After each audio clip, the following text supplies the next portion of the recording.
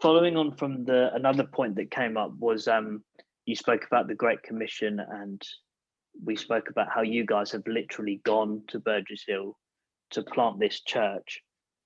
So the next question is, why did you decide to be church planters? Now, in our church context, we would want to caveat what we mean by church planters. So you might want to, talk about that a little bit first. But then maybe talk about the process to like why Burgess Hill, and like why did you guys happen to do this, and maybe a bit about that process as well, if that's all right. Yeah, definitely. I think just like to talk about our own church setting. So we've planted, if you like, Kingdom Faith Burgess Hill, but we are still Kingdom Faith. So we are one church in many locations, and so there are many congregations that are part of the same church, if you like. So as we started this conversation at the very beginning, we said we planted a congregation. So essentially, a campus. Yeah, if you'd like another an word. Area of meeting. So we started Kingdom Faith Burgess Hill, but we still have the privilege that we are part of a bigger team, and we have a senior pastor that sits above us, and we relate also to other congregation leaders from the other areas, that we just have all that support behind us. So it's not just us two making all the decisions, but also when we have to make decisions, we can also go to these guys, and we have all of that support. So although the principle might be a lot of the daily stuff might be the same as church planting, we have the privilege that we have all of that support from a bigger organization or church, if you like, setting behind us. So I think, does that explain a bit of the whole church congregation thing? And let me just say, I can only speak for myself, okay? I myself never was like, what about be a pastor one day, when a plant a congregation, a church one day. That was never on my radar, okay? That is just not. I knew he was called to a lot of it, but I've never seen myself, I've always seen myself more as, we're going to support someone else in doing it, and we're going to be the right hand people, and we're going to do whatever we can to support them, but not necessarily be in charge. But I think the reason we are, first of all, is because we were asked, and everything in me wanted to say no, but it was one of those things where obviously we were asked because the leadership had believed that they had heard from God about this. But obviously we needed to go away and pray about it as well, and hear from God, and not just blindly go like yes or no, but really, okay, God, what is your plan? What is your purpose in this? And once you have that word of faith and that word from God, you need that. And I think this is for anyone who watches this, that no matter what decision, it doesn't have to be about church planting, but I think at least major decision, but even just like medium-sized decision, if you want to put it that way, that often hearing from God about it, having that word of faith is so important, because you're going to need it to hold on to, because life's not easy.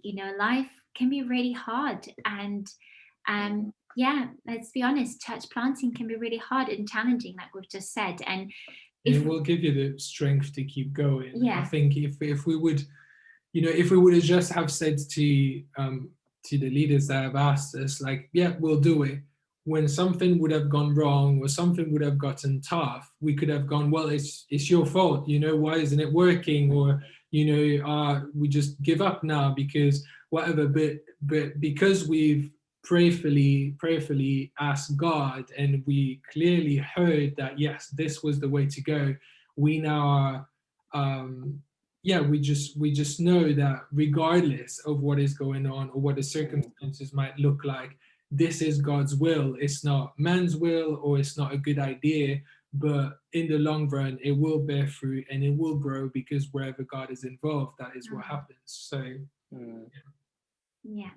So to kind of summarize the question is, were asked, we didn't do this out of our own initiative, just to clarify. We, were sent out to do it in that sense, and we asked God to speak to us about it. Yeah, thank you. That's a really good summary. So I think that kind of sums it up nicely. So I think I'll move on to the next thing, but I think it's potentially linked in some way. But I think I like what you said about you were sent out to do this, and it reminds me of what we're reading in the Ecclesia reading plan of Paul, Barnabas, Silas, Timothy, all of these guys being sent out, and we've looked at how the word ecclesia means called out ones, and obviously you guys were called by God, but also by the people in place in leadership in our church to be sent out, to go and to make disciples in Burgess Hill, and stuff like that, which is really exciting. And this is obviously where God has you at this time. But I wanted to kind of zoom out a little bit from your local context, and in light of everything that you've learned and in light of everything that we've spoken about, if you were to dream about the church of 5 years' time, let's say, off the back of, or hopefully off the back of the coronavirus pandemic, emerging back into meeting together, we're going to be starting meeting in our church context, in the next couple of weeks. Where do you see the church in 5 years' time? So we're talking the church with a big C, not just Burgess Hill congregation or whatever, right? Or Kingdom Faith. Well, we can link it all together, but I'm thinking more like, bigger picture. Yeah, but obviously that will then affect you. You might have some practical examples, of what that will mean locally as well, of course. I think, like the very classic answer would be, like, if you have been in church a number of years, at least in our setting, you will have heard the sentences or something that goes along the way of, we're on the verge of another big move of God, or revival.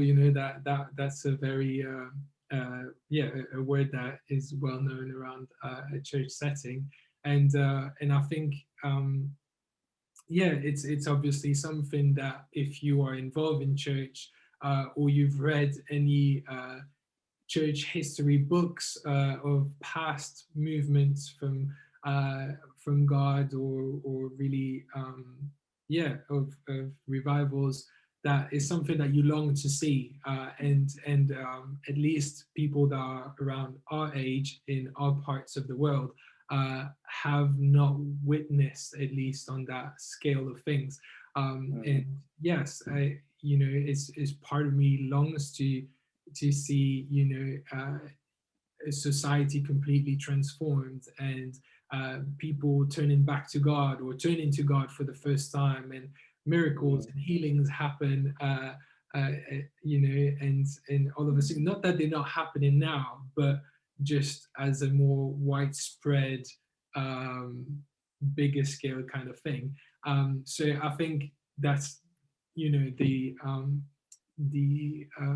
obvious way to answer that question, I'd say. But on a more personal level, I think something that always gets me more than anything in what we do is seeing someone actually, like, if you ask someone to do something, or they just step out, and actually you see that they are stepping into what they were called for, and you can see that they are just it's something that activates in them, and they're actually doing what they are meant to do. And there is no better feeling than that. Like, you can try to do things yourself, but I get more of a kick out of putting someone there and giving them an opportunity and seeing them thrive in that, and God use them in that, than anything else. And I think for me, like, if if in the next 5-10 years I can see the people that we involved in, but that multiplying as well, and all of them stepping into the calling, into what they are meant to be, whether this is pastoring, preaching, whatever the things you would imagine, but also just thriving at work, or being fruitful in the workplace, or just as a father or whatever, a mother, in every setting. I think that's that for me is what brings me the most joy out of everything. Yeah, it's a really good question. I would love to see not just our congregation and our church, but the church, but it kind of affects all of us. Just being every church be involved in their community, and that then on a bigger scale, the church, the big C, we're all involved in a community because of everyone doing their part, if that makes sense, and kind of just being so involved and just on every layer of society, and being one of obviously the church is the biggest volunteer organization in the world, but apart from that, being the biggest and greatest servants in the world, and feeding the poor, taking care of the homeless, seeing families thrive, seeing the divorce rate go down, seeing abortion stopped in this country, just all sorts of levels in society that I'd love to see our church or the church influence and have a voice and stand for justice, stand for the community, and be I don't know, they had a church, you usually see churches in villages or wherever at the center, the heart of a village, of a town or whatever. And that not only, I don't want that to just be a physical reality, I want it to be a spiritual reality and a relational reality, or I don't know how else to put it. Practical level, I know what you mean. Yeah. That the church, not just the church building, because the building is not necessarily the church, it's the people in it, but that it would really be at the heart of the community, at the center of it all. I think that's just what I long to see. And obviously part of that is seeing multitudes saved and healed and transformed and set free, and addictions broken, all sorts, all of that, that's all part of the Great Commission, I think. But I think a lot of that is outworked or happens when the church is involved and looks outwards rather than inwards.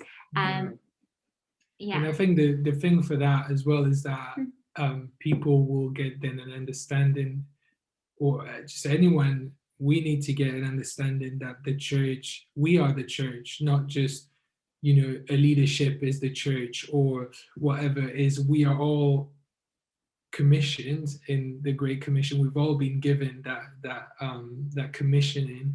We all have that mission. We're all part of the team, if you'd like all of those things will only happen when we all play our part in whatever setting that we're in. Like you were mentioning, not everyone is going to be a pastor, not everyone's going to be doing what we do, but that's the beauty of it, because whoever's the car mechanic or whatever else, or if you're in school right now or at university level, you're going to be able to influence places that we can't reach. And so if we all play our part and all do actually the Great Commission, that's the way that actually society is going to be flipped around. That's the way that church, as Sharon was saying, not just the building will be at the center of the village, but actually on a practical level, the church will be at the center of society. So